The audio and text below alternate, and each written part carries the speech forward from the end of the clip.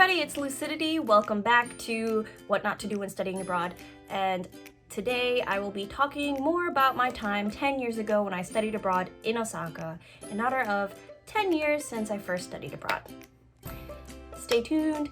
Next week is going to be another history video, and I'm pretty excited for this two-part series that's coming out. So since the last video was a little bit negative, today I wanted to talk about something more positive, and that is one of my favorite experiences ever from when I was studying abroad in Osaka and had a home visit family. So let me explain what a home visit family is. So I've said before that my biggest regret when I was studying abroad is that I did not have a homestay family. So what they did is for students living in the dorms, they had an option to do something called a home visit family, which is where one of the students from Kansai Gaidai got to volunteer to have their family take in a foreign student for a day and spend that whole day doing whatever they want with them. So I got matched with a lovely family, and they were from like the inner city of Osaka. The first thing that we do is I'm invited into their home. We sit in the living room with one of the low down tables. The grandmother is there, the mother's in the kitchen cooking, and the student is a girl, and she has her sister there as well, who is like a year or two younger than her. And the mom comes in, she said, I know you have a fish allergy, so I'm making tempura. And she brings out home-cooked, delicious tempura, and I'm already like in amazement, and I'm super excited, and I eat as much as I can. And then they tell me that we're going out to eat again as soon as the father comes home. And he comes home, and he is really funny, really energetic, and really kind. And they were asking me questions about myself and everything, and they're like, all right, let's go, let's get in the car.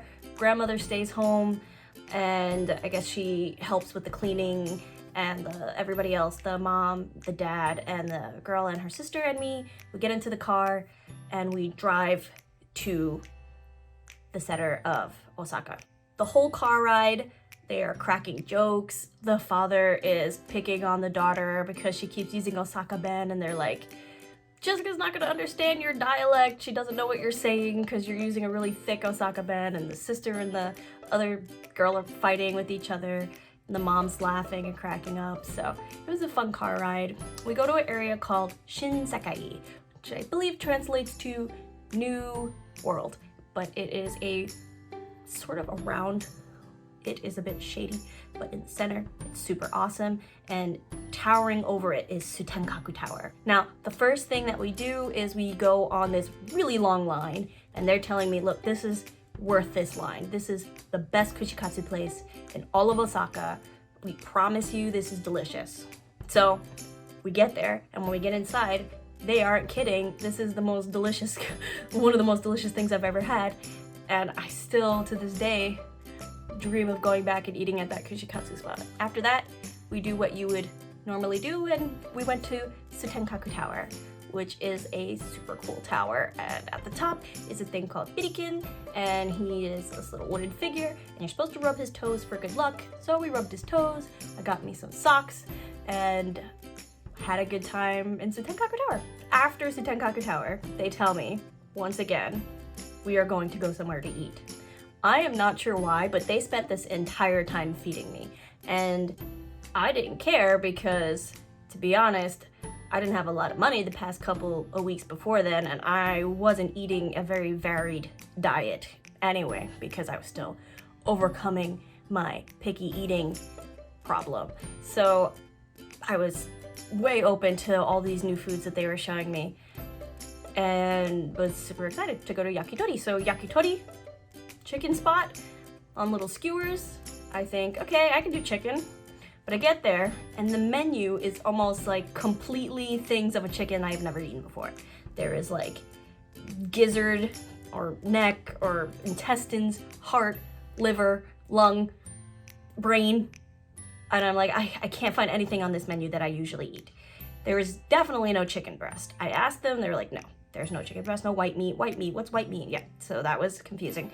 So then I'm like, okay, what's the next best thing? And I say, okay, thighs, right? Dark meat. I can eat that. That's not a problem. So I can't think of what the word for thigh is in Japanese. And I'm like, ashi? Which is like leg. And then I'm in English, I'm just like, leg, I'm pointing to my leg. And the dad looks at me and he goes, leg, ashi, leg, okay, I got it. He calls the waiter over, gives him the order. I think I'm good.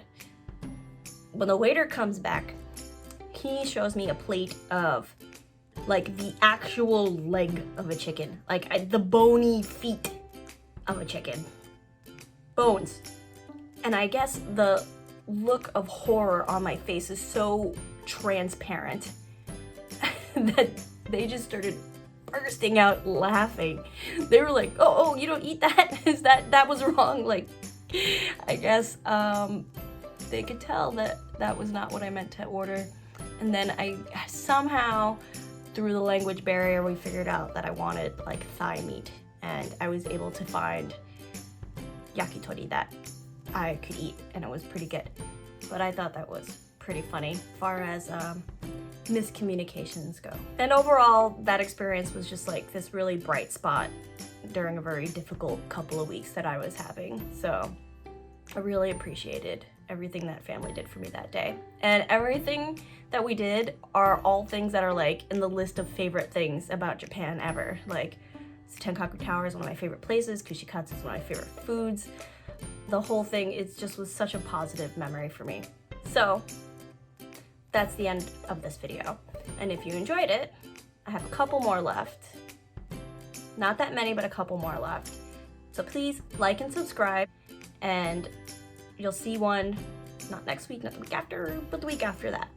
And if you didn't like the video, then you're in luck, because next week is another history video, and I'm excited about it. I hope that you enjoy it.